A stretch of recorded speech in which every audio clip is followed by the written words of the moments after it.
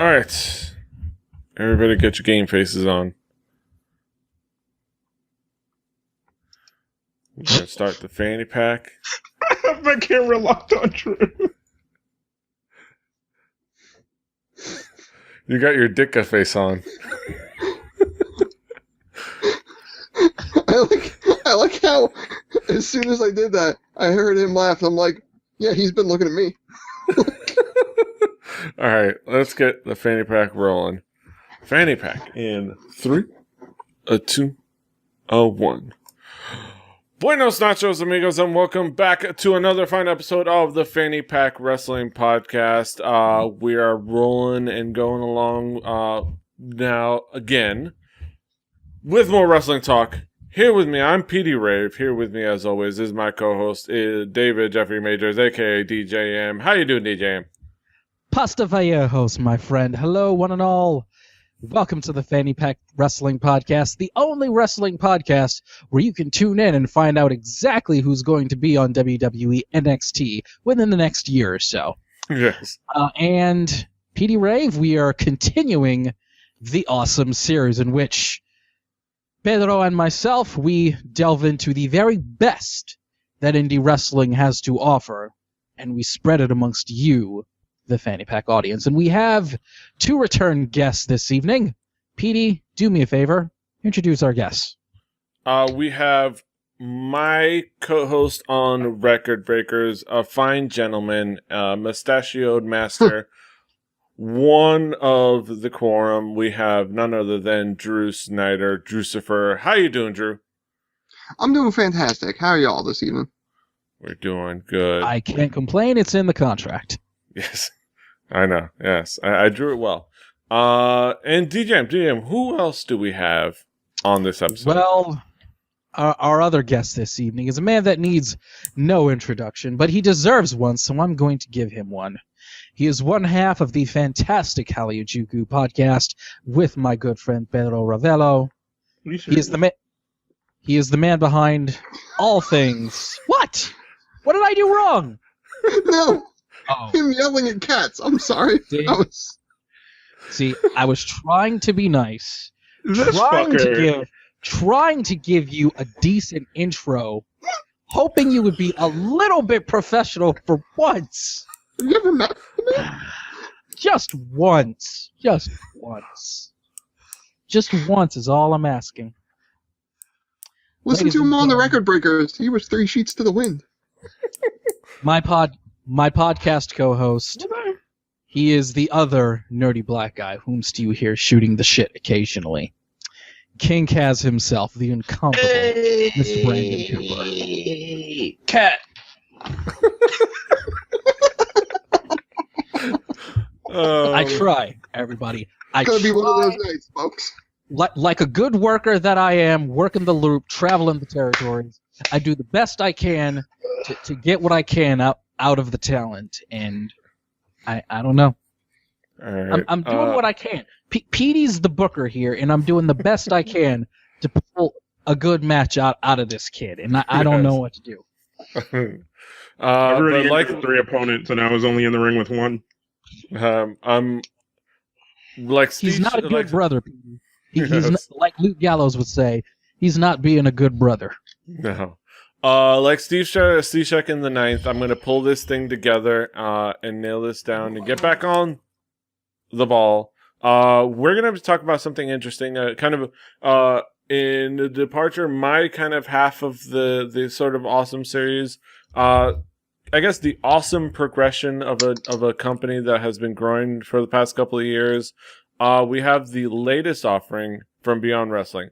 Here's a funny thing. Let's go back to the beginning of our journey with Beyond Wrestling. So we started with these same guys early on in the show with an event called Point of No Return, where it was Beyond Wrestling doing their events still where it was just wrestling for wrestlers, enclosed audience, as kind of their safe haven for their creative outlet. And it was just a small little company headlined by Drew Cordero, aka Denver, Colorado, the man, not the place. and we were impressed.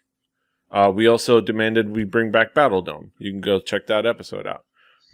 We also revisited Beyond Wrestling for an event called Americanrana last year.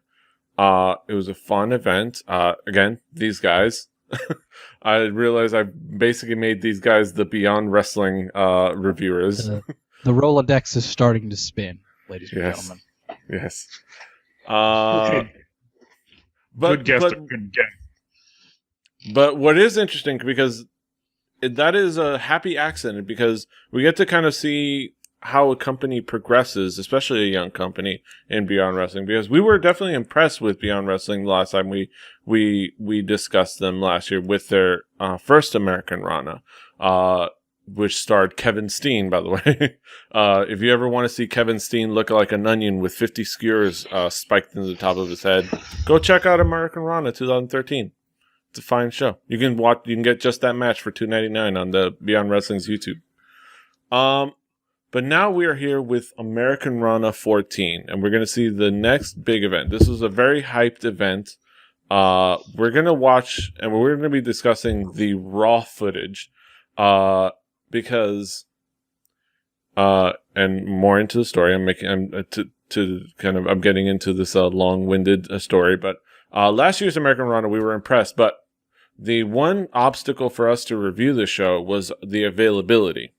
Drew Cordero was taking care of editing together a multi-camera shoot, and it took him till he was able to release the DVDs to release it fully. Now this time, he has gone and made available fairly quickly a raw footage version of Americanrana 14 with wrestler commentary and one viewing angle. Still high def, still great video, and it's still, you get a chance to watch the event. So we're going to be discussing this from the context of that. A hyped event, available fairly quickly, in the way that it can be. So, DJM, how do you remember? What has been your impression of Beyond Wrestling so far? My opinion of Beyond Wrestling is that it is a very good indie wrestling promotion.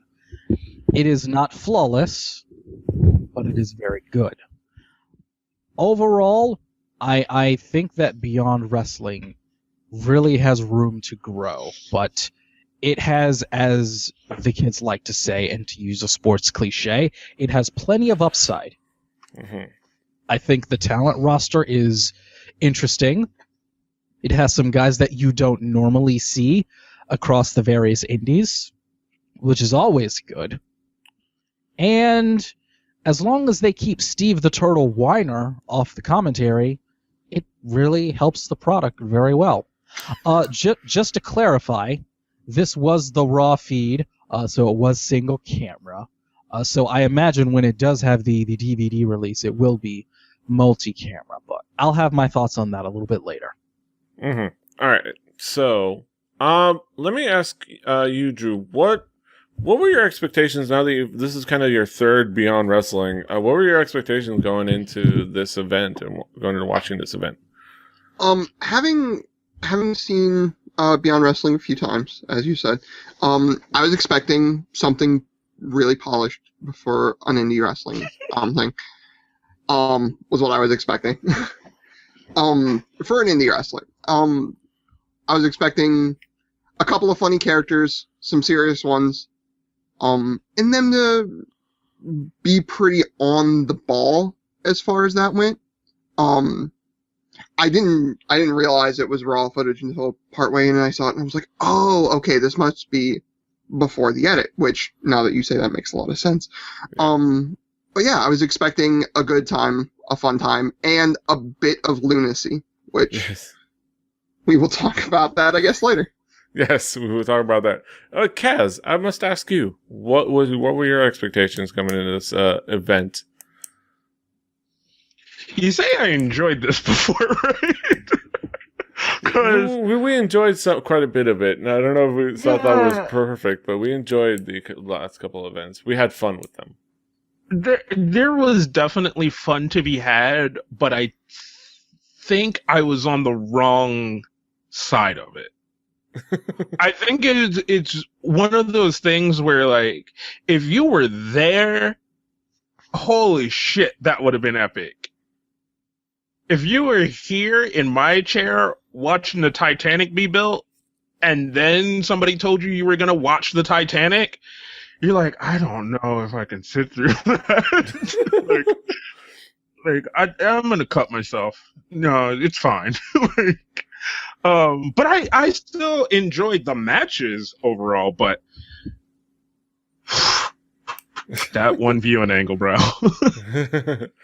I know.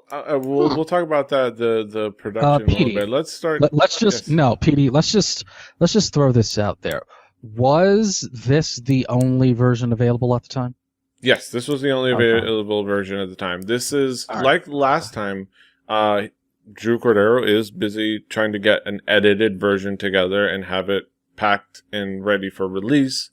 I assume, and this is what he's, instead of having nothing, people who want to see the event and want to see what happened at Americanrana 14 can watch this. I will have something to say about that later, because I'm not going to give him a pass. Okay. All right, so that's an important thing to discuss. But let's just get into the wrestling first. We have, of course, a kind of one of the staples in indie wrestling, starting off with a multi-man match, with the tag team battle royal. Quite a few entrants, quite a few too many entrances to kind of. Yes, Brandon. Put him in, coach. Put him in. Great. Okay. That was the most disjointed thing I had ever seen from the word go. It was, and now a multi-man tag match. And then it was like, are people, does he belong in the ring? Wait, Kaz, does he belong in the, where's security? There's like 7 guys in there that don't belong in there. Kaz, I can tell you right now, this is not just an indie wrestling cliche. This is the kind of thing that goes all the way up to WrestleMania. This is something that happens on every promotion's biggest show of the year. There is always at least one match on the biggest show of the year where you try and get in as many people as possible, so that way everybody can get a payday on the biggest day of the year. This goes from the indie shows all the way up to WrestleMania. Real talk. Look it up. I understand that, and every time, whether it's an indie show or whether it is literally WrestleMania, it is always as disjointed and crazy and broken as this. Always. And I think partially it also makes it way more disjointed when you only have the one viewing angle and you see this happen.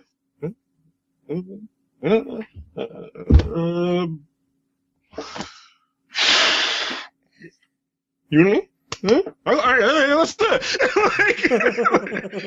Again, I have some. Are we gonna wrestle? No. Okay, you're supposed to wrestle him. Oh, cool. No, please go ahead. No, all right. All right. I don't know what to fucking do. I'm gonna fucking tweet. Yes. In the greatest match of my life. Hashtag sold out. Hashtag sold out. We have sold out fate. Sold out fit. We had entrants such as Milk Chocolate, The Hoods, Beyond Wrestling staples, The Hoods, Team Friendship, Third Oleg, the team of Johnny Cockstrong and Oleg the Usurper. By the way, Johnny Cockstrong, I liked it better when it was Sexy Eddie from Montreal. So yeah. Old school indie reference. Yes. Here they are listed as old bucks, but they showed up and they were Vine famous at the event, which is an interesting, fun little thing. And of course, EYFBO. Not knowing the people's current gimmick because it changes so often. And then of course EYFBO, a couple other teams, and of course the Crusade for Change, trying to force their way as an entrant in there. Now, I want you to tell me, what is the story on the Crusade for Change? They are this promotion's current NWL, I'm going to say, in the sense that they're the ones that are trying to ruin everything and ruin everybody's fun and trying to specifically, I think, not knowing too much of the context, but I gather that's their thing, and it's Darius Carter, who's always trying to ruin everybody's fun. All right. Also, Marlins win, so there's that. Stephen A. Thank you for the baseball update on the wrestling podcast, Petey. And we go on. But now we move on. Yeah, it's Darius Carter putting together a stable to try to take over Beyond Wrestling. The Beyond Wrestling old school, the founders. And we'll get into their further antics. But Drew, did you have a chance to chime in on your impressions of the Battle Royale? As Kaz said, there was a lot of nobody's quite sure of who to fight because from the word go, as was said, there was no semblance of any sort of sanity to the match. Usually, I get getting everyone possible into the ring, getting everybody the good payday out of the event and all that sort of stuff. But usually at some point, there's some sort of, all right, we've got the one extra person from each team out of the ring, and then you have one person from each team in the ring, and there's like 4 or 5 teams, right? I get that, but like, nah, nobody left the ring until they were chucked out of the ring. That was just it. Yeah. It was cool. They did expedite things by having the one guy gets eliminated, the team gets eliminated thing, so at least they expedited things that way. Right, or else this would have lasted more than 20 minutes. Yes. But, I don't know, like, while it was funny seeing I don't know if I'm supposed to fight you or you right now. Like, I really want to hit you, but I really kind of want to hit you. Like, who am I supposed to hit? Like, what am I supposed to be doing here? Like, that part was funny to me, as well as there was actually, like, some cool stuff going on if you looked for it. Unlike some of the other people on this podcast, I'm going to assume, I actually, for this match and for a couple of the other ones, I actually enjoyed the one camera angle. There was ones where it didn't work. I will admit to that. That one's coming up way later in the show. But, for this one, I like the one camera angle because it lets you just sort of sit back and see those like weird, like, I don't know if I'm supposed to fight you right now, but I'm going to fight you anyway sort of moments, which I kind of liked because, I enjoy a good bit of, humor in my indie wrestling, as I've said before. And that to me is a little bit of humor. They know that that's happening in the ring. Like, they're not going to say that didn't happen in the ring. So watching that happen in the ring is funny to me. Yeah. But yeah, it was an interesting beginning, an inauspicious but kind of interesting beginning to the event. It kind of ends in an odd way, doing almost a little bit I want to say without a lot of fanfare, but it was interesting. And then they also used that as a jumping point and as a reason to announce that the next tournament for tomorrow was going to be a tag team tournament. So that was cool. That was cool. It was a cool reason. It was a thing that happened. It was cool. I also like to say, I would like those American flag pants, thank you. Yes. Oh yeah, Dick Justice. And then we got introduced to the... Justice. Let's talk about Dick Justice. We need to talk about Dick Justice. Dick Justice was the official host. Those American pants, he was on point. So we're gonna, because I'm slowly thinking I'm gonna introduce Battle of the Exes because I believe Dick Justice in that event came out as RoboCop during a cage match. I need to see that. Yes, and we'll bring back Battle of the Sexes from AIW, and that'll be interesting. But let's talk about Dick Justice. What did you guys think of our official host of Americanrana 14, Dick Justice?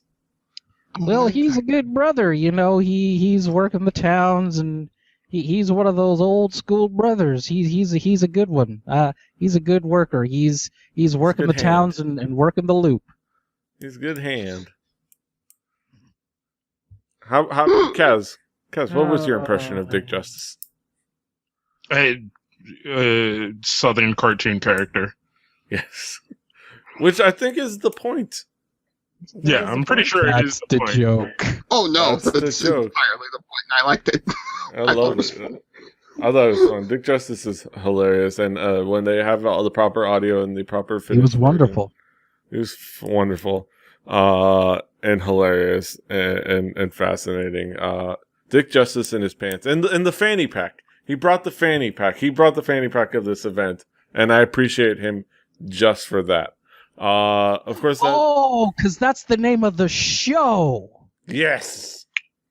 Hmm? I Yes. got Are it. we playing things now? The old school wrestling joke. Hey! Yay! I see you, Petey. I got it now. I got it. Yes. Which takes us to some more fun. Somebody else who we love. I think we're going to go into the next match with that stars somebody that I know DJM and I both love in Pinky Sanchez. Pinky Sanchez. We have Sex and Candy versus Fear and Loathing in New England. It's a grudge match, pitting former members of the Pinky KOA. Sanchez is not around the indies often enough anymore. I Yeah. love that dude. Of course, we had And- Pinky Sanchez and our good old friend Sugar Dunkerton, the Adam Rose of slapping hoes. No. Petey, don't say it. Special Dark Sugar D. The Chocolate Ice Cream Dream. Sex Candy. Sex and Candy taking on Adam. I was going to say Adam Cole, but Adam Aaron- Cole's too good for this. Aaron Epic and Dave Cole, Fear and Loathing in New England. This was a pairing off of the former members of the KOA plus Pinky Sanchez. Our good old friend Sugar Dunkerton. Had to ask you, Kaz, what was your impression of these guys? What was your impression of seeing Sugar Dunkerton again, seeing Pinky Sanchez? What was your impression of this tag team match? Took me a minute to realize that was Sugar Dunkerton, and then it also then came to the realization that he's been eating good since I've last seen him. Well, That's one way to say it. he was never exactly a gym rat. Yeah. No, but he was a lot. There was a lot less of him the last time I saw him. Yeah. Well, there's I'll also a say lot that. less shirt. Petey, I want to see this tag team booked on every indie possible. Sugar Dunkerton and Pinky Sanchez, because for some reason when they came out together, to me it just seemed like, of course, this is perfect. These two are perfect together. I've never seen them as a tag team before until this show, but when they came out, it was serendipitous. It was magic instantly. Just these guys were made to be a perfect tag team together, and of course it works because it just does. Of course it does. Pinky Sanchez, of course it works. It's Pinky Sanchez and Sugar Dunkerton. You really can't go wrong with either of those two. And putting them together as a tag team, it's whoever thought of it was brilliant. Also, this match for entrance themes, also thumbs up for the entrance teams from both teams. Sex and Candy had American Woman, the original version, not that lame ass Lenny Kravitz version. And Fear and Loathing in New England had a favorite of mine, the theme song of the legendary Darkness Crabtree, and just a song that I happen to enjoy, Inagata Devita by Iron Butterfly, that resembles rock and or roll, as some might say. But everything about this, I just loved. Well, almost everything. There's one thing that I'm just not going to allow under no circumstances. Motherfuckers will get muted. Drew, what was your impression of this match? How did you enjoy this showdown? I very much enjoyed the match.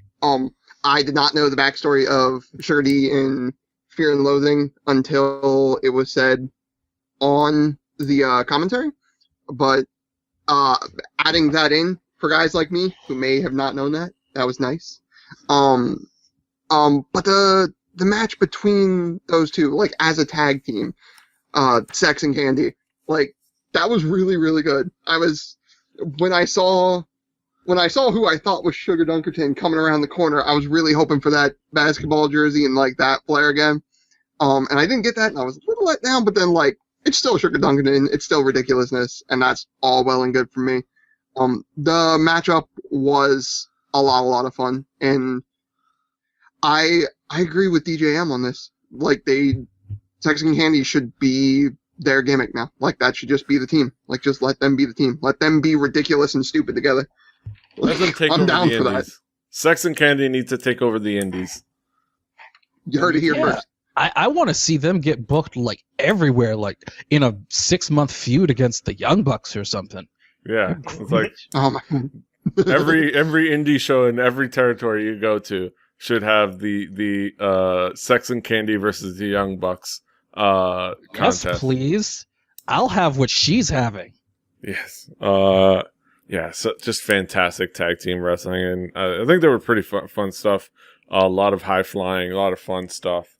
Go from the exciting high flying to I think something completely different in the next match. You had the throw in the towel, loser must retire match.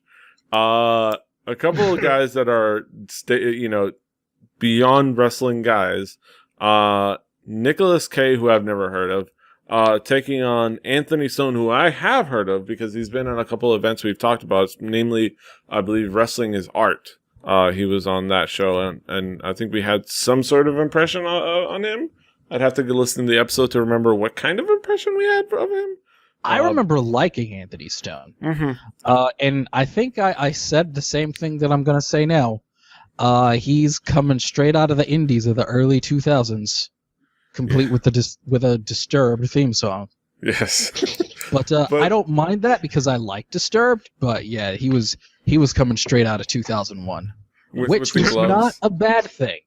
Although at the same time is kind of appropriate in a loser must retire match. Yes.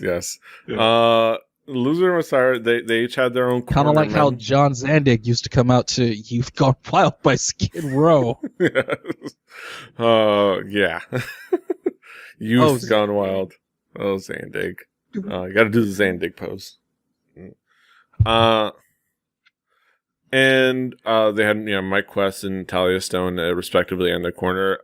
I'll go with Drew. What was your impression of this little match? What was your impression of the insanity of this match? Now, I said at the beginning that I actually enjoyed the one camera angle for all but like maybe a few matches. And I think this was the first time where I went, I wish I had another angle.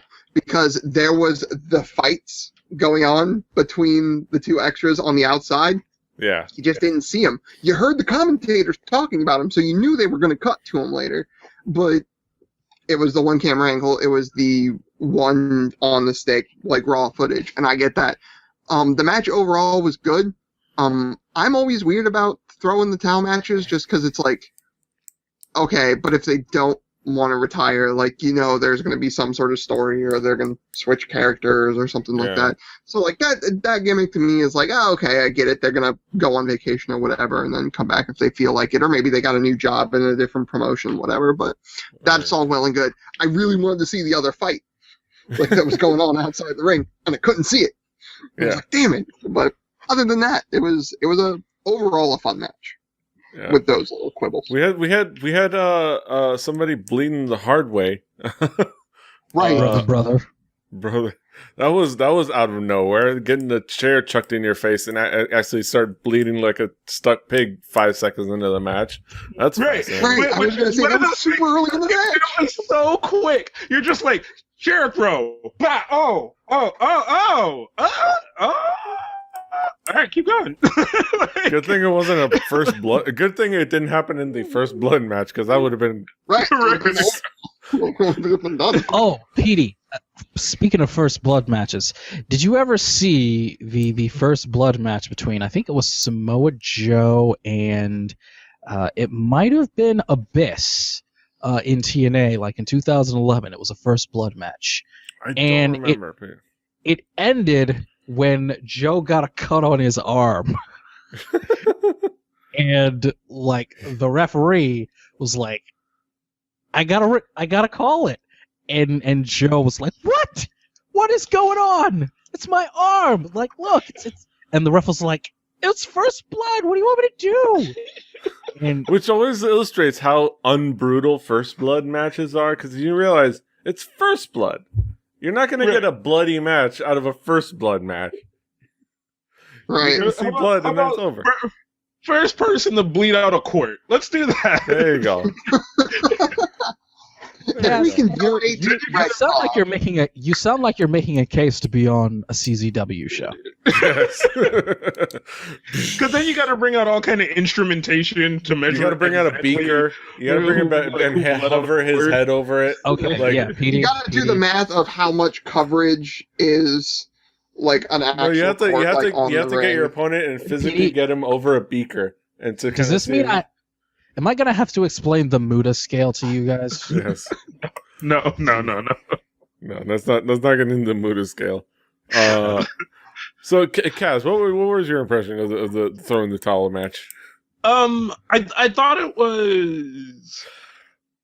It kind of harped back for me as a non-traditional wrestling fan to like ECW kind of style stuff, but then it got a little confusing because of the one camera angle. But I'm not gonna harp on that right now. But other than it's fine. but other than that, the wrestling, the parts of it were pretty interesting. The interferences, the stuff like that. The outside of the ring stuff was always kind of interesting, which was also really disjointed because like it was just with the fans being allowed to be right there at the like ring, like physically right there at the ring. Sometimes it made it hard to focus on the outside ring things because you're like, wait, is there something going on over there, or are two fans just getting into it? Like I'm not sure. And because it was only the second match, so I'm still trying to figure out how to watch this thing. But other than that, like up until the very, very, very last like gimmick of the freaking chainsaw that looked like a fucking Tonka toy, I was pretty impressed. Yeah, like it was weird. The chainsaw was weird. The chainsaw ending was weird. Chainsaw Charlie making another appearance. Thank you, Terry Funk. Right. But yeah, it was a wild, bloody match. Kind of, they were gonna have to clean up their canvas again. Might have to go through another canvas. They lost their last one. But in the end, it was the heel that lost and had to retire. Now, Petey, we've seen plenty of farewell speeches in indie wrestling and retirement speeches. Yeah. But how many times have you seen the heel, the bad guy, get the farewell speech? I don't remember. I can't remember. It doesn't happen often, but when it does, it's pretty much like this. And Yes. depending on, it's usually pretty funny. Yeah, I like the. This is the part where you usually get out of character and be all sentimental and shit, and like, you know what? No, fuck you all. He's like, fuck you all, and he's just stuck out the finger, and then you got the classic na na na na na na na na kiss it goodbye. It's like, hey goodbye. That you always get, and it was funny. It was funny. Did you guys enjoy the retirement speech? I actually thought it was kind of cool that they had the move to do the retirement speech as the heel. I thought that was actually a nice touch. For him to stay in character. It doesn't happen often in that case. Even with baby faces or heels, it does not happen often. But when it does, it can be a lot of fun if you're in the crowd. Yeah. Because you can just rail on them, and the heel's just totally pissed off. Yeah. Kaz, you had something to say? A lot of that in this showcase of just people like railing on the crowd. There was a lot of interaction. I think the one of the mainstays of Beyond Wrestling is how interactive Also it is. a lot of offers of penis and mouths to shut people up as well. Yeah, there was, including in the main event. And it was mostly dudes. Yeah. Right. A lot of shut your ass up, or I'm gonna come over there and put my dick in your mouth to shut you up. And it's like, I'm sure you can find a lot of different ways to shut that guy up. Like, you can use your hand, you can use a well-placed rag. Although saying fist. that usually works. If you threaten that, it usually shuts people up. That's true. That's true. But, yeah, okay. Yeah, that's true. All right, so now we go from Moving that match on. to the first match of the night, starring a WWE washout. We have the teacher Aw. versus student. Brian Myers, the Prince of Queens, known to Formerly many by- known as Kurt Hawkins. formerly known as Kurt Hawkins, whose career will go down as being Zack Ryder's tag team partner for a minute. Yes.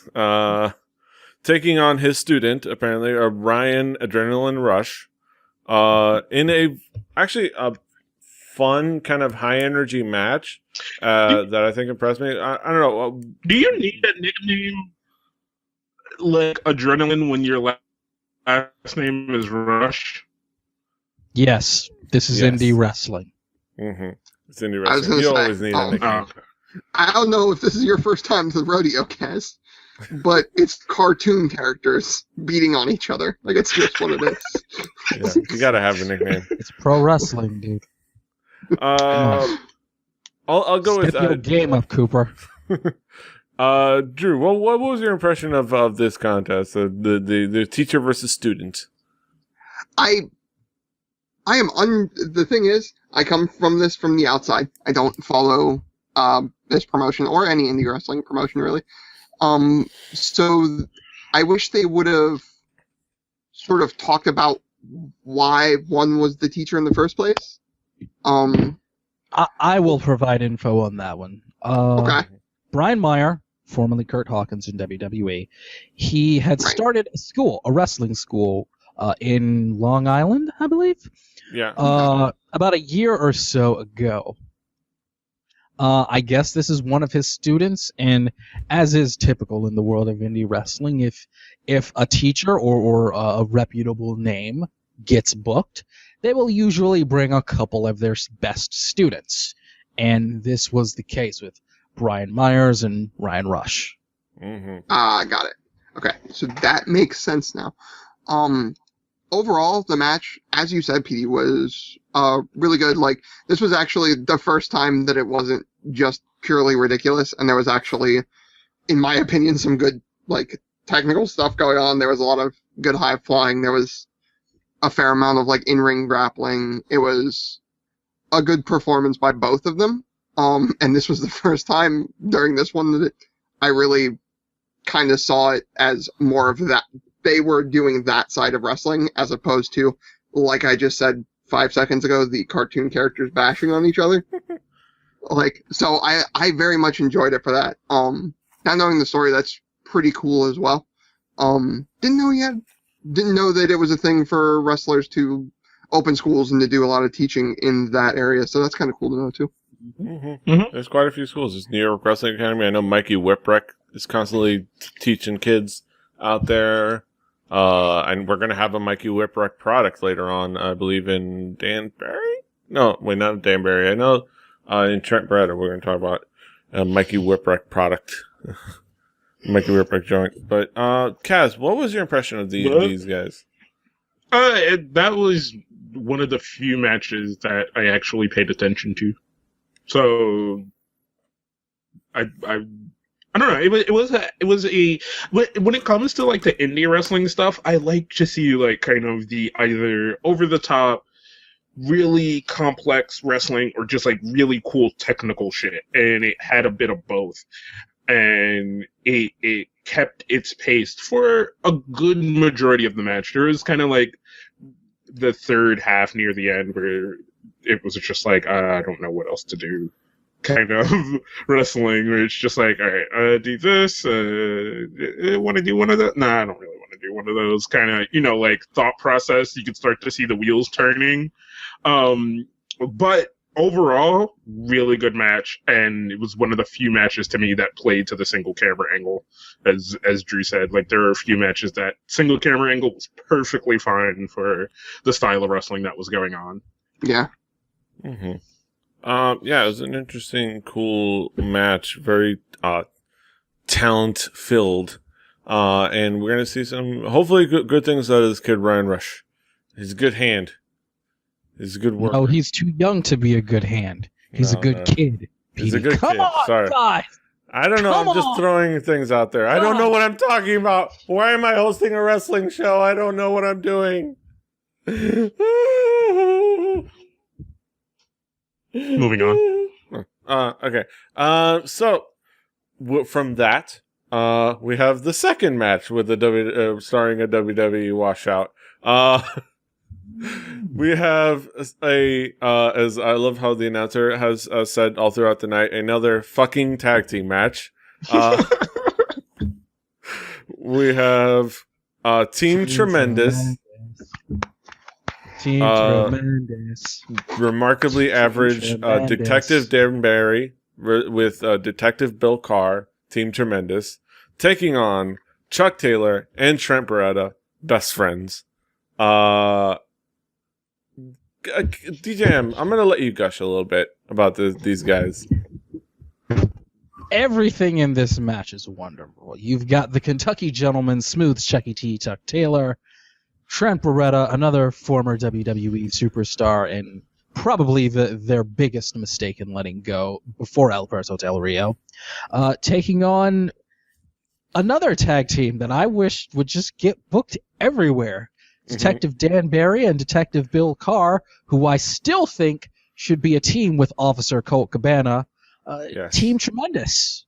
And everything about this was wonderful. And I know, Petey, you're going to ask Kaz and Drew, but I loved everything about this. I loved that Dick Justice was on commentary. It made Steve the Turtle Weiner tolerable.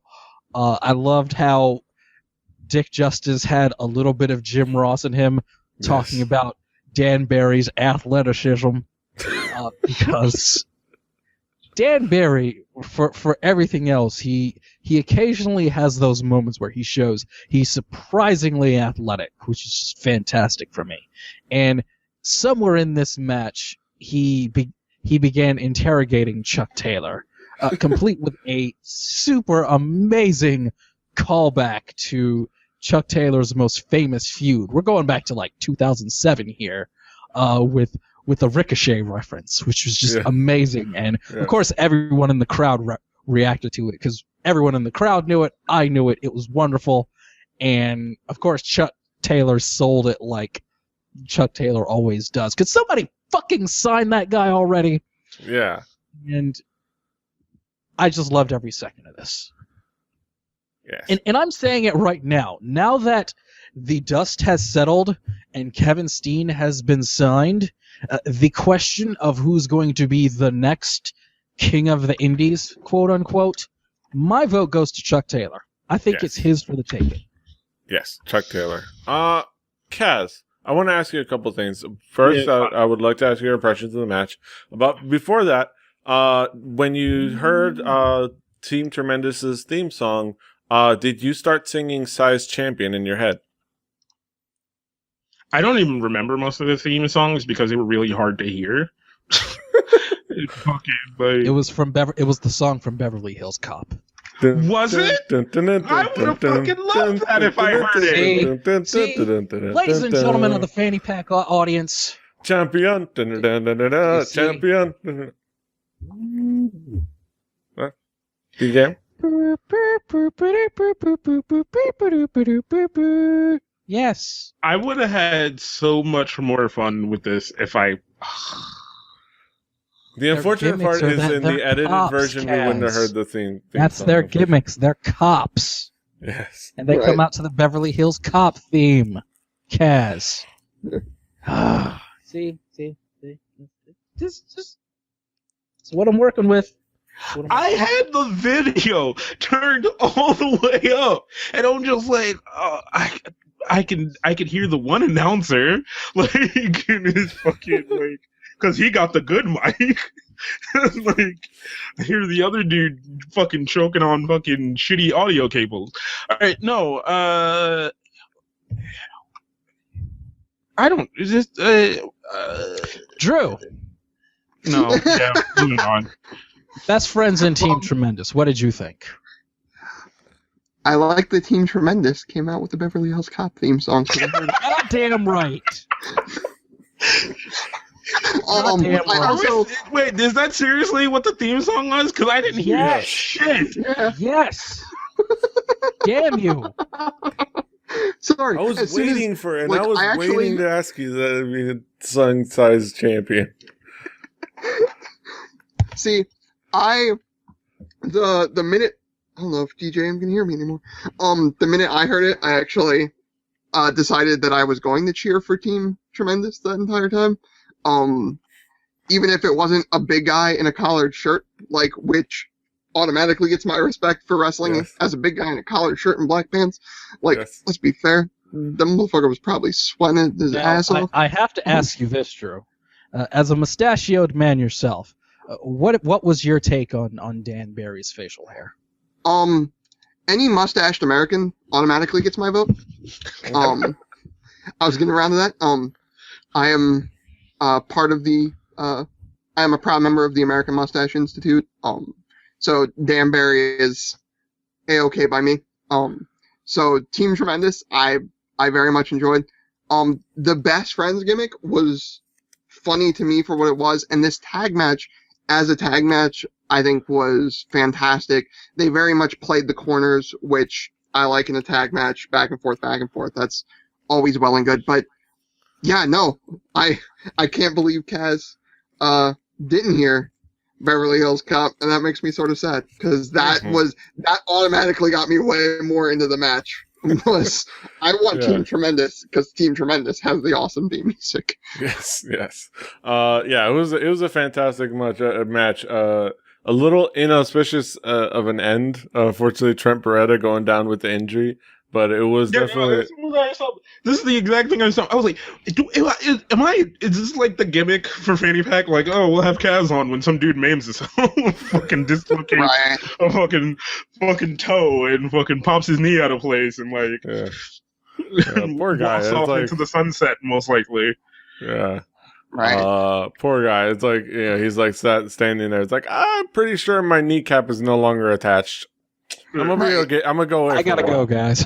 BRB, popping my knee back in. I was like, hyperextension. Problem. Yeah. Yeah. That sucked, but seeing him sort of limp out on his own accord was nice. But Yeah.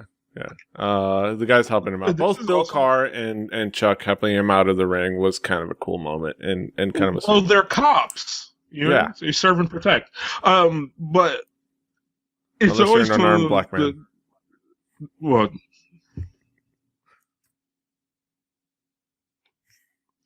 It's always one of those Do you things. see what DJM has to deal with?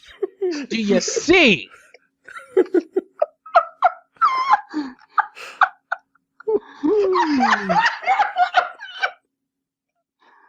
oh, good lord. I fucking hate it. Oh, all right. So no, but it's always one of those really discerning things, especially at indie shows. You know when somebody got fucked up because the audience is always usually right there, and you just have that moment of like, no one's no longer watching what's going on in the ring. Everybody's looking at the dude on the ground. Like, Right. it instantly goes from oh yeah to oh. It's a punk rock show. It's a punk rock show. Because like if somebody gets messed up in the pit of the punk rock show, You are everybody's more like, on oh point god. with that than you realize. Yes. Yeah, pretty much. I've- Yeah. PD, you are aware of the infamous Mark Briscoe shooting star press?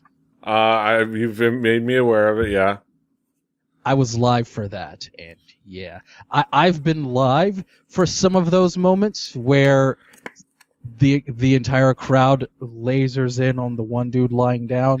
I think that happened at the Chikara show we went to, DJM. Maybe It might have. I know. I was at Lufisto's unfortunate incident at WrestleCon when she popped out her, I believe, hurt her knee. I actually watched her hobble her way over from the locker room, quote unquote, to the merch table, with a chair as a walker, which is like adorable. I was gonna help her. I was gonna give her my shoulder, but somebody offered to carry her, and I was like, I'm not gonna be able to. You said popped out of, and I was like, oh, this is going somewhere better, and then it didn't. No. No, it was her knee. I think her knee went in the wrong place. Yeah, that's not good. Yeah. But yeah, it was tough, and we wish the best to Trent Beretta. He's a good guy. He's a cool guy, fun guy. Moving on He's a good to brother as well. we touched upon the term. We finally get to our first blood match. Jimmy Jacobs, the Zombie Princess versus Eric Corvus. Drew, you sighed. What was that sigh about? Because the thought when you hear first blood match, the excitement is bloody match, and then halfway through the match you realize, oh wait, as soon as somebody's bleeding, it's gonna be done. Right. So like you always want the bloody match, but you never get the bloody match, and then this one ends on the weird, like poker in the back of the neck, like knife thing that was weird. I will provide some backstory. Yes. Okay. Good, because I don't have that. Jimmy Jacobs has been having crazy bloody matches like this for the better part of a decade. He's, for as good as he is all around, he's kind of best known for like the bloodier matches, and the spike, the stick, has kind of become his trademark over the years. He's been using that for maybe 6, 7, 8 years now, and that's just kind of his trademark thing to use in matches like this. Mm-hmm. That's how he makes guys bleed. Got it. That's also how he's made himself bleed on occasion, because he's crazy. Yeah, 'cause he's crazy like that. Or he's had. He's also known for having one of the Briscoes bleed on him while delivering a speech. Of course, that's a whole other incident. But yeah, first blood, Jimmy Jacobs versus Eric Corvus. Eric Corvus is the steampunk guy, right? Yeah, he's a steampunk guy. He was a little more of a jolly version of him. He didn't have a lot of his steampunk gimmickry for this match. This is what, and I think we've seen him before in another Beyond Wrestling show. When he's in Beyond Wrestling and he's more into this version of his character, you don't see it as much. When he was at National Pro Wrestling Day in an audience that maybe didn't know who he was, he brought back the steampunk stuff, the book with the machinations and the hat. Cause you gotta work the gimmick, brother, especially on the big shows. That's how you sell merchandise over at the gimmick table. Yes, yes. I was watching the Wrestling Road Diaries too, and I'm on this big Luke Gallows kick. I don't know why. Yes. I'll go to you, Kaz. Kaz, what was your impression of First Blood? I think like Drew, it has that initial excitement of oh, okay, cool. These guys are gonna go at it because they got to try to make each other bleed or whatever. And then the weirdness of the interruption and weirdness for me because I didn't know the backstory of why these three gentlemen came out and attacked this man, and once again bad audio lost a lot of what they were saying to him, except for the part where the dude said, I'm so excited to do this to you that I'm gonna come, which I think caught everyone off guard, even the announcers, because they were like, did he just say he was gonna come on that man? Right. I missed that, thankfully. Yeah. Yeah. The announcers Yeah. talked about it for all of like 10 seconds. They were like, "We're going to leave that alone now." Which even the dude who said it went, "Oh yeah, because I'm so excited. I'm gonna cut." What the fuck did I just say? I'm gonna take a walk. Like he made a laugh and came back and was like, "So It's like the book. It was moving the on book to other things." It was a very Booker T moment of like, Hulk Hogan, I'm coming for you, nigga. Oh, like I got caught up in the excitement. God damn it. God damn it. It's like, it's Darius Carter. And of course, the big reveal that nobody in the audience got, which was that Danny Only was back. Yeah, that was a Who's fail. Danny Only? I don't know. Danny Only is a guy. And he came back. He's also a veteran, so God's So we blessing. can move on to the next match. Yes. Because I'm hyped. I'm hyped for this one. We have the European rounds match with Oh, no, not this one. This one. Sorry. not this one just yet. I think I have an idea for which one you're hyped about. But this one we have the European rounds match with DJM's favorite guy, Drew Gulak, taking taking on Tommaso Ciampa, the Sicilian. The guy with What the is he most says- fun name in wrestling to say. The Sicilian Psycho, Tommaso Ciampa. Tommaso If you hear- Ciampa. If you hear Prince Nana say it, it's wonderful. Yes. Tommaso Ciampa. Yeah, it's wonderful. In a European rounds match, DJM, were you able to gather the rules and regulations of this match? Well, what I know of the British Lancashire style of wrestling and then the world of sport rules is that there are multiple rounds, and they're usually for 5 minutes or so, with whomever won the match winning the most rounds or getting a pinfall and all of that. Yeah. So Because- as far as Because Drew Gulak fancies himself to be Mike Quackenbush 2.0. No. But, yeah, this match happened. yeah, it was 10 3-minute rounds, and it was going to be contested to 2 pinfalls or 2 submissions or a combination of the 2 or a knockout. If you broke one of the, you were not supposed to advance on a downed opponent. And if you break a rule, you get a public warning by Bryce Remsburg, which is an emotionally jarring experience, getting publicly warned by Bryce Remsburg. He is a very stern official. He's a very, by the letter guy. He can really put you in your place. And 3 public warnings gets you a disqualification. This was let's please the wrestling nerds. I was not pleased. Were you guys pleased? This is around the time in watching this that I came up with the Titanic thing in my head and watched an episode of the IT Crowd. And then Good talk. it was like, Drew? I don't know if I can make it. I guess we're going to defer to me for a while because I powered through this. This was definitely weird. Not what I'm used to in professional wrestling. it's There being not. It's very removed from the norm. yes, Even unless it's the right talent, even I have a very hard time when people want to try and do these weird rules matches. European rule matches. They're very weird. Yeah, so I wasn't 100% sure why people were getting disqualified because it looked like normal pro wrestling stuff that I'm used to. That was the same thing. I was like, what? Excuse me? He was advancing on a downed opponent. Can somebody give me the PDF file that goes along with this match? The show notes. You got to check the show notes. There's right.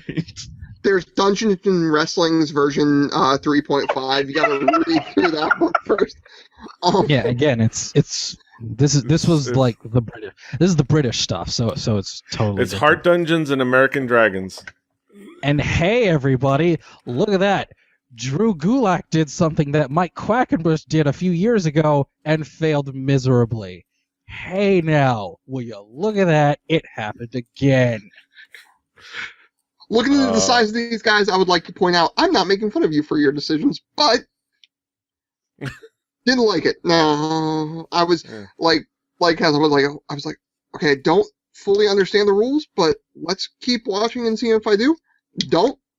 Then there was a knockout, and I was like, oh, all right, so it's over. Cool. Yeah. Like, let's. And then somebody accidentally rang a bell, and that's the finish. Yeah, like all I know that happened was shit. And then the bell rang, and then somebody said something about a minute, and then a dude got really angry and left. Yeah. And I was like, either that was some really strategic writing, or I missed out on something, and the ring announcer got bored. It was just like, You didn't. I'm sorry. There's a minute left. I'm so sorry about that. It's just like. But yeah, that match happened. Moving on. To a couple of great talents in a showcase match. We had fighting out of Seattle, Washington, with the Seattle Seahawks attire and colors. We had none other than Kimberly. And then we had in the other corner, in his USA attire, in his US Ant attire, if you will, we had the now newly rechristened Silver Ant, Right. formerly known as Green Ant. Known the Silver Ant, even though he was originally the Green Ant, but he was wearing his US Ant attire. I remember that from the commentary because that was when I also realized they had switched commentators a few times. I was like, yeah. Wait, I've been hearing different people. You didn't realize that. And they were taking on. No, they were taking on each other. It was Kimberly versus Silver Ant. In kind of a fascinating showcase for both talents, and specifically for somebody who I think has been impressing people, and it's been impressing me every time I've seen her. Kimberly. We talked about her on the AIW JT Lightning Invitational Tournament, and we were impressed with her then. And in a couple other places. DJ, She might have been the one thing I liked about that interspecies wrestling show. That might have been her. Or I know she might have been like the one highlight of a show that I really didn't like. So it was either interspecies wrestling or CZW. She was on one of those, and she was like the only positive thing that came out of it. But yeah, Kimberly. She's good. Kimberly's good stuff. I have to ask you, I'll go with Kaz now. Kaz, what was your impression of this match? I usually like anything with the Ant characters in it because they're really, really good wrestlers. They're really entertaining, they're really technical, and they make the other person look good. And even sometimes when the other person doesn't need that help to look good, like they can do that. And like Kimberly seemed to be one of those people that didn't need it, but it made the match that much more better.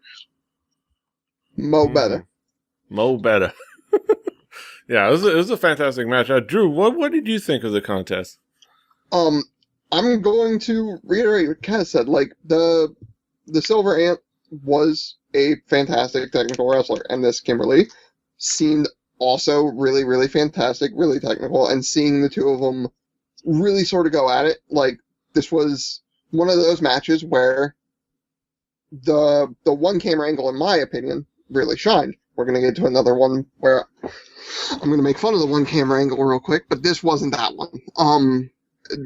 They both seemed really, really good. I like me some female wrestlers taking on the dudes every now and again, as we know on my Addie Starluff and all that. So seeing this one how you doing, girl? Hey, girl. We forget about you. We gotta have one Addie Star name drop every time me and Cass come on.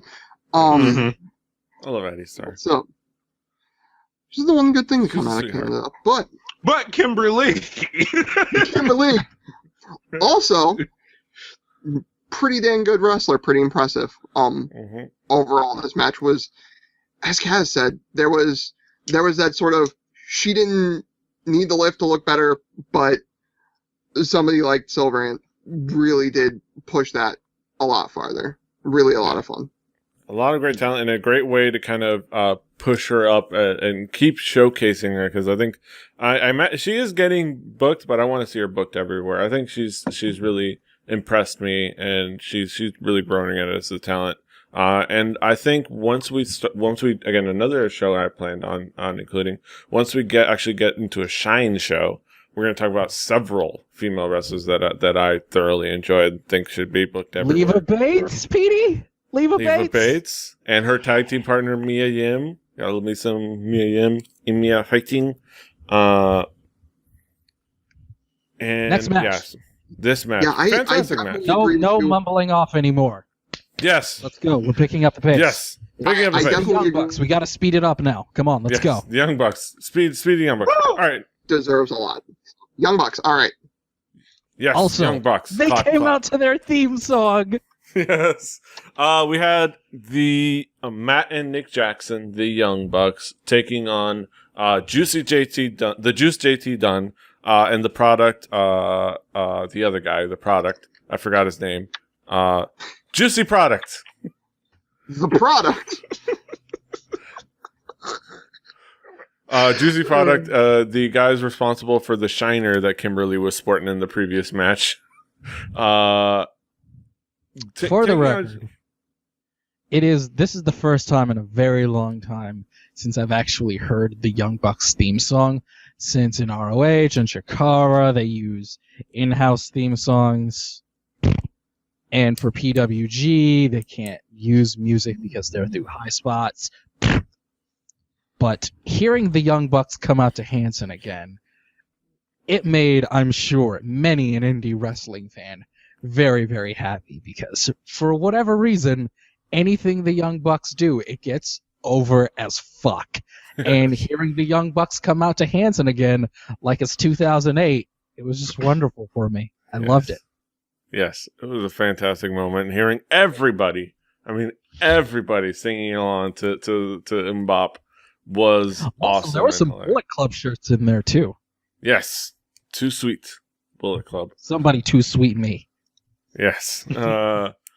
Bullet Club. And of course we had Juicy Product, who are also over as fuck, as they actually have a t-shirt specifically saying they are over as fuck.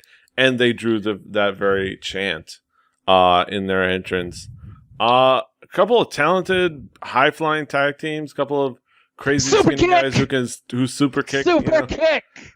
Super kick the referee. Yes, super kick We're the starting referee super to get kick it started. Party off early. Yes. No trailing off, no mumbling. Tag team Yes. wrestling. Fast Tag pace, team let's go. wrestling. Yes, Kaz, Kaz, what did you think of this match? I love anything and everything that I get to see of the Young Bucks. I think the first time was in a different showcase, which I can't remember. And then the next time was when me and DJM were at ASIN and went to the Chikara show and got to see the Young Bucks, which I think is one of the Young Bucks was the person who fucking somersaulted out of the ring and fucking popped his knee during that show. I think that's what it was. Which also almost happened in this show. Yeah. That happens with them. That happens. Yes. But no, I was so glad I watched the rest of the show, because breaking the fourth wall. Like Drew was like, oh shit, I didn't realize there was a whole nother half an hour to this. And I had about 45 minutes left as well. So I was like, you know what? I'm going to muscle through and watch the rest of it. And then I saw the Young Bucks and I was like, thank you. That's your reward. Yes. It was just that sweet reward of hey, you decided to muscle through this. Here you go. And I was so happy. That's the magic of pro wrestling right there. That's what it is. Mm-hmm. Yes, the Young Bucks. Fantastic tag team wrestling. Drew, what did you think of this contest? I'm also going to get in the corner of the Young Bucks, because my into pro wrestling in general was the HBK, Triple H, X-Pac, Billy Gunn, Road Dogg era of D-Generation X. That was sort of my first love in professional wrestling. Call me what you will. But that was sort of, I loved them. Like, they were awesome to me. So anybody who in the ring will sort of remind me anything of HBK, I am 100% down with. So These guys are the Rockers and the Hardys, and Oh, yeah. throw in some 21st century self-awareness in indie wrestling, and Oh, that's, yeah. that's the Young That's- Bucks. that's why I love, like, NWO and D-Generation X and, like, the Hardy Also, Boys. Petey, Going, Petey, So much fun. I think we need to bring this up. As it has come out, the Young Bucks, Nick and Matt Jackson, they seemed to squash their beef with Booker T. Yes. And it was Kevin Steen, in fact, that tweeted out the picture of Booker T and the Young Bucks finally shaking hands. yes. So, do you think, starting, say, right around now, do you think the Young Bucks are on the clock? I mean, they're in New Japan right now. They're on the board. they're in New On the Japan. draft board. They're in New Japan right now. They're part of the Bullet Club. They're part of the hottest wrestling faction in the world right now, the Bullet Club. Mhm. But But Do so you was think Fergal they're- Devitt. So was Fergal Devitt to be. so was Fergal Devitt, indeed. Yes. So, do you think that the Young Bucks might be on the clock? It seems like the WWE is drafting, and they're definitely on the board. I would definitely say they are on the board. I would have to say Nick and Matt They are- Jackson are probably on the board. If WWE ever decides that they care about tag team wrestling again, I think that the Young Bucks would have to be on their radar. Yes. And it would- It's Kill. one of those. Wrestling would be back on my Like- radar yes. if WWE grabbed these guys. We've compared them to the Hardys and like that hype train that the Hardy Boys were in that era of kind of being like the kind of silly rocker kind of things, but like the Hardy Boys were also a little bit more serious in their approach to it. No, the Young Bucks are pretty obnoxious. Yes. Right. And awesomely so. I think in I don't know what the world of WWE is nowadays, but like that kind of fun, like especially in tag team wrestling, is so needed and so much rare. fun. It's And very like rare. you know, like the Hardy Boys were a showcase because of what they did in the ring. These are the kind of guys who can be the full package, which is usually what the WWE is looking for, you know? Like, they can be the guys that you can just put a camera on and they're gonna be fun and they're gonna be entertaining. And then when it gets to that point, when they're in the ring and they're doing what they need to do in the ring, they're gonna do shit that fucking makes kids do shit in their room that is on the news, you know? And in a sense, those are the things. I may have jumped from a couch to a bed because of D-Generation X. I like I said, I used to backyard wrestler. I've said that before. Backyard Westwood. Yes. Callback. Episode Hanging title out- callback. Was it Looney Tunes? Elmer Fudd? No mumbling and incorrect Wrestling. English. Tag team match. Fast Yes. pace. Let's go. But Come on. let me ask you guys, what did you guys think of the Juicy product? Because they were another important part of this match, and they were showcased pretty well. What did you guys think of the Juicy product? I love their name. I just want to say that mainly I love paid that their attention name. to the Young Bucks. Like, I know they were wrestling other people, but it was like, oh man, the Young Bucks are so good. Like, I like their name, and I think that they pretty much put Beyond Wrestling in a microcosm. They are clearly really good, and there's room for growth, and I hope they grow. Mm-hmm. And Drew, what did you think of the Juicy product? I'm going to say, while it's obvious that we're gushing over the Young Bucks a little bit, for a tag team, for any tag team, no matter how good the tag team is, to look really good, they have to be across from people that at least know what they're doing. And Juicy Product delivered that. They very obviously were solid for doing, and that was all well and good. There was some, as I said at the beginning, some lunacy to it a little bit, crotches in people's faces and whatnot, but it was good. They provided good wrestling and a good opponent to make, in my opinion, the people who I was kind of watching for, the Young Bucks, look good. So, Fantastic tag team wrestling, kick-ass people, super kicks. Super kick. And now we get to the main. Before we move on to the main event, I just want to say one thing about Americanrana that really stood out to me was just how much dancing there was in this show, and it really reminded me how indie wrestling shows are really just big dance parties for people that don't want to dance anywhere else. Yes. That's one thing. If you go to an indie wrestling show, you're going to hear some music that you're going to enjoy, and nobody's going to judge you for what you do. It's a fucking party where people fight for your entertainment. In fact, there was a Ring of Honor show on, like, I think it was actually the day that Michael Jackson died. And for the whole show, like, in between, like, for the intermission, and I think a few of the wrestlers had their music changed, it was almost nothing but Michael Jackson. And everyone loved it. And during the intermission, I got to do the Thriller dance with a few people, and it was wonderful. And that's what I noticed about Americanrana, is that everyone was having a really good time. And that's what you need at shows like this. It was a very high intensity environment, very fun environment. Everybody was into it, into being there and having fun. The drinks were flowing. Apparently there was some good beer, like not just beer, but like, you know, draft beers, and it's apparently a really cool bar. And it wasn't just PBRs. Yeah, it was. There was grilled cheese apparently. So there was apparently really good grilled cheese. So it was a good show. So it's definitely something that you would want to attend. Beyond wrestling shows seemed like a very good time. And if Drew Cordero, in fact, does what he wanted to do, which was craft beer wrestling show where you get a specific craft beer paired with each match, that would be one of the most fun shows to ever be at, I would say. Pairing a craft beer to a wrestling match. I could see awesome that idea. Working. Yes. But moving into the main event.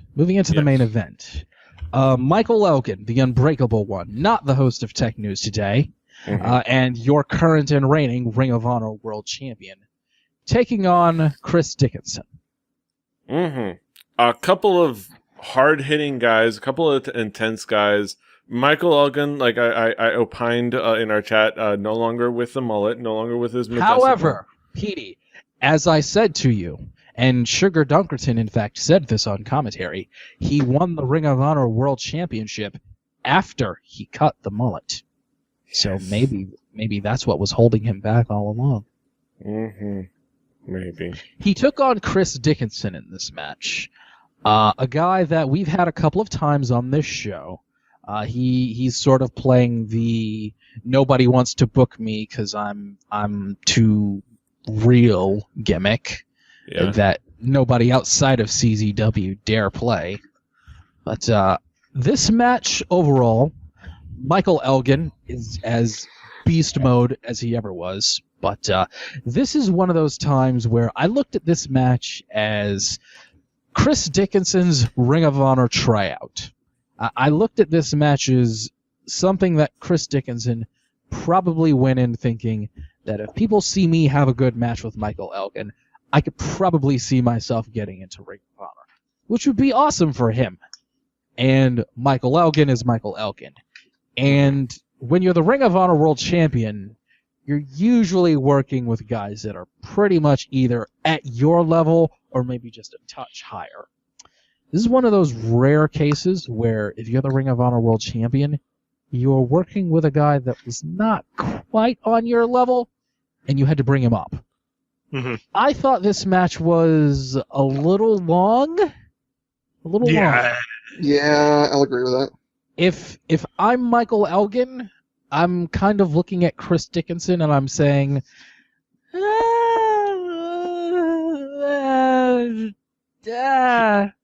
even when you get to the point, maybe not now, but maybe like in 6 months or a year or so. Because I liked this, but it really started to drag. And I can definitely tell you it was not because of Michael Elgin. It was one of those things where it got to the point, even with the interference, you're like, okay, great, we're coming to wrap up this rodeo, and then they went, no, and you're like, no, but you already interfered, and you did like that thing, and they're like, nah, but we got like Michael Elgin's got 20 more minutes. He's got to have a comeback though. Yeah, right. And it's just, it was just like, it just kept going, and I'm just like, I was looking like at the like load button, and I'm like, is there another match? like there's another match. I thought that too. And I've seen guys have long matches and make them very good. The thing about longer matches is that when they're really long, you don't notice. Say, 30, 40 minutes later, you're like, wow, 40 minutes passed. That was amazing. Mm-hmm. That was not the case with this. And I will say that it's partially because Michael Elgin was working with a guy that was not quite on his level. Yeah. There is also like a lot of in the beginning of trying to do like the test of strength thing with these two really strong guys that led to nothing. The unstoppable force versus the immovable object sort of feel to it. Yeah. At the very beginning. Yeah. But it didn't come across that way. It didn't come across with the epicness that it should have had to it, because it was just like, do this. Oh, I didn't do it. Oh, really? Well, this thing. And like, it felt like it was supposed to be epic, but it just never got there.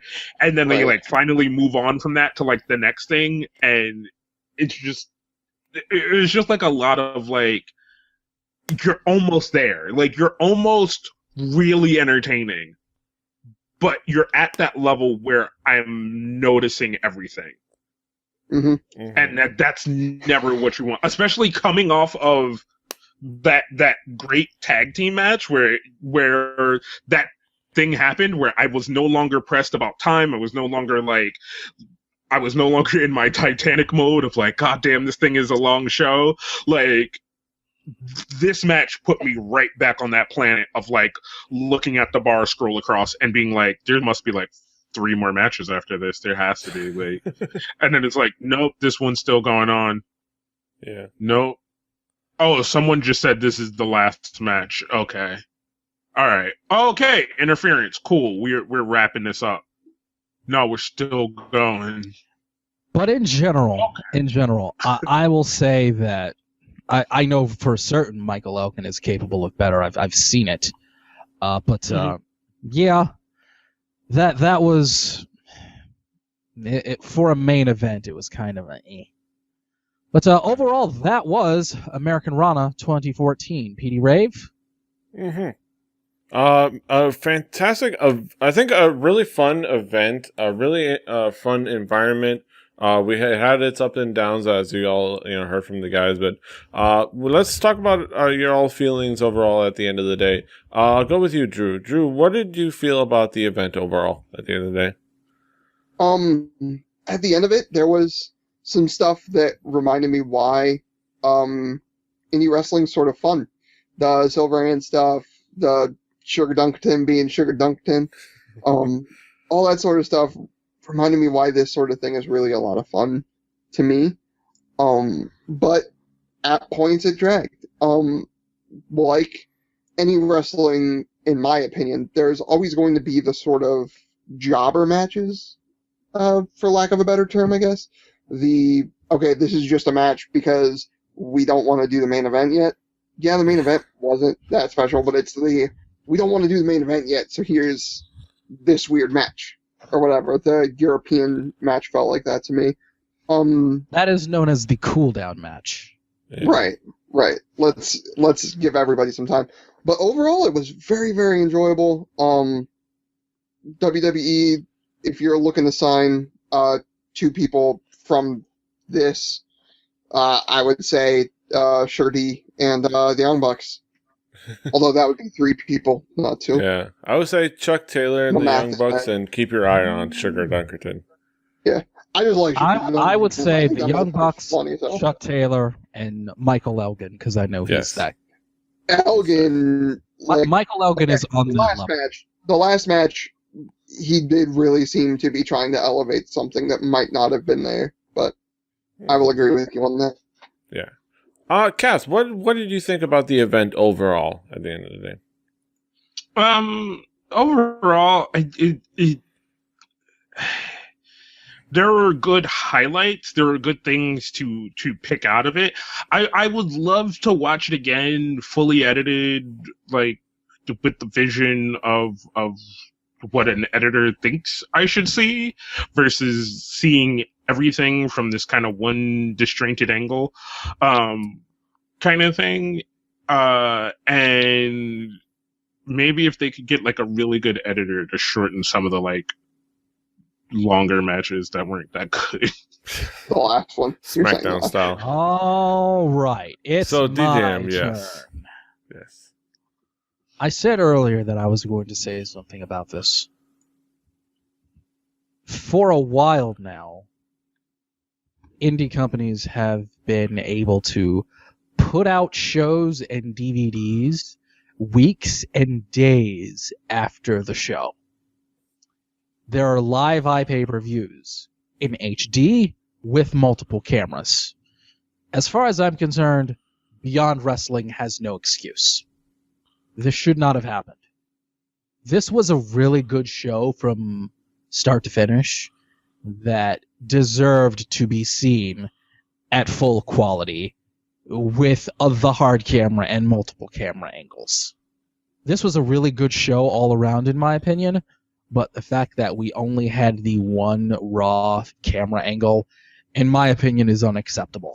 I know it's indie wrestling. I know most of it is done on a shoestring budget, but plenty of other indie companies are able to play this off, and I'm not going to give Beyond Wrestling a pass on this one. So this should have been better.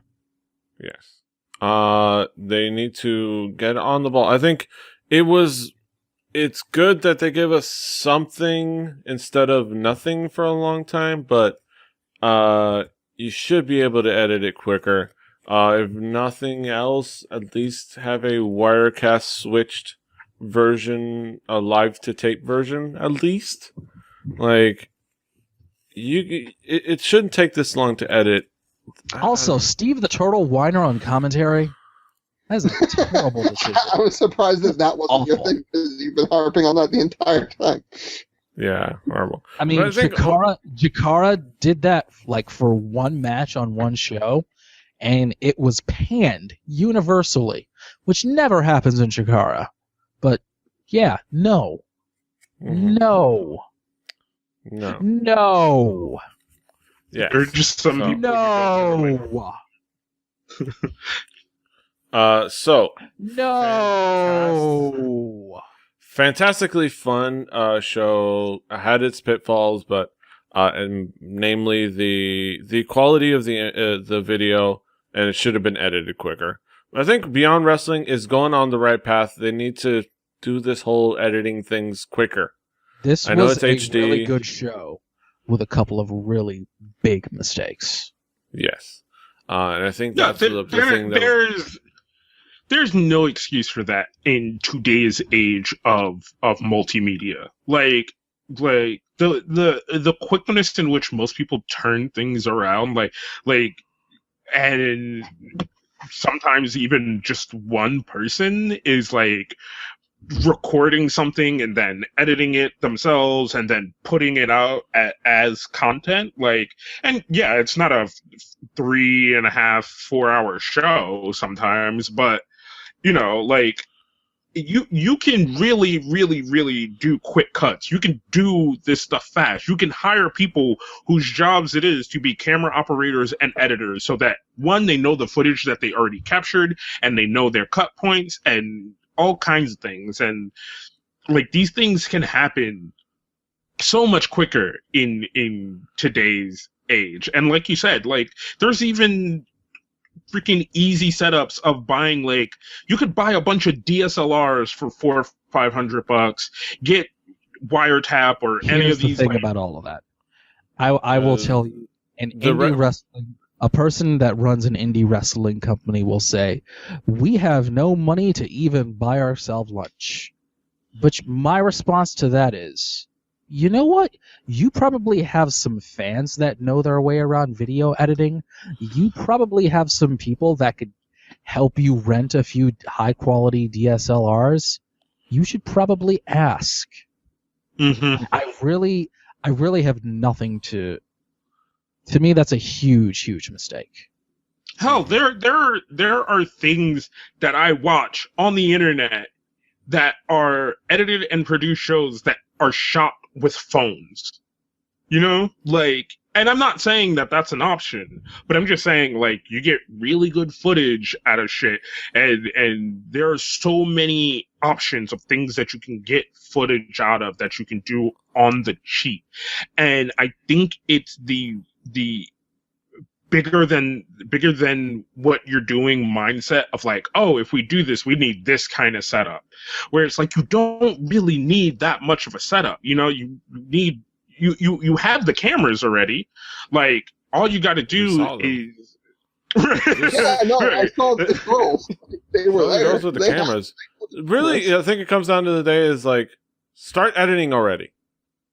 Why are you not editing right now? What are you doing right now? Are you asking your Twitter followers a dumb question about the world of wrestling? No, we don't. You don't need to ask them if they're using the Supercard app on the iOS. You can use that time you're monitoring that social media and go edit. You know what? Hopefully they figured that out. Let's take it home, Petey. Yes, let's take it home. A fine show, a couple of glaring mistakes, but I think overall, I think we're gonna get back. I think hopefully everybody enjoyed it. Let's get to the guys. Kaz, let me ask you, what do you got going on in the world? Shooting your shit with two nerdy black guys. Other projects to be named. Your mom. Mm-hmm. Drew, what do you got going on in the world? Well, you can find me at XDrewSuperX, on the tweeters, Bird Ghost Tweet, and you can find me, alongside this here Floridian and a few other jokers, making fun of music at 4recordbreakers, or recordbreakerspodcast.com would be that website. Mm-hmm. Deej, what do you got going on at DeltaJulietMike.com? I'm not going to say all of the things I'm doing. I'm just going to say go to the website, DeltaJulietMike.com. DeltaJulietMike.com. You can find me at PD Rave. Shows FannyPackWrestling.com. FannyPackWP Twitter account. Check out iTunes, Stitcher. Subscribe to the things. Give us reviews. Give us some feedback. Let us know how we're doing. Let us know if you're excited to see us back. Tell Denver, Colorado, he can edit quicker than he's doing right now. Petey, challenge him to an edit match. Edit this. like, I'll edit my show before your show. Hasta los huevos, everybody. All right. Until next time, hasta los huevos. A challenge, a fucking edit deathmatch. Toodaloo. Oh. They do them at conventions every year. Iron Editor.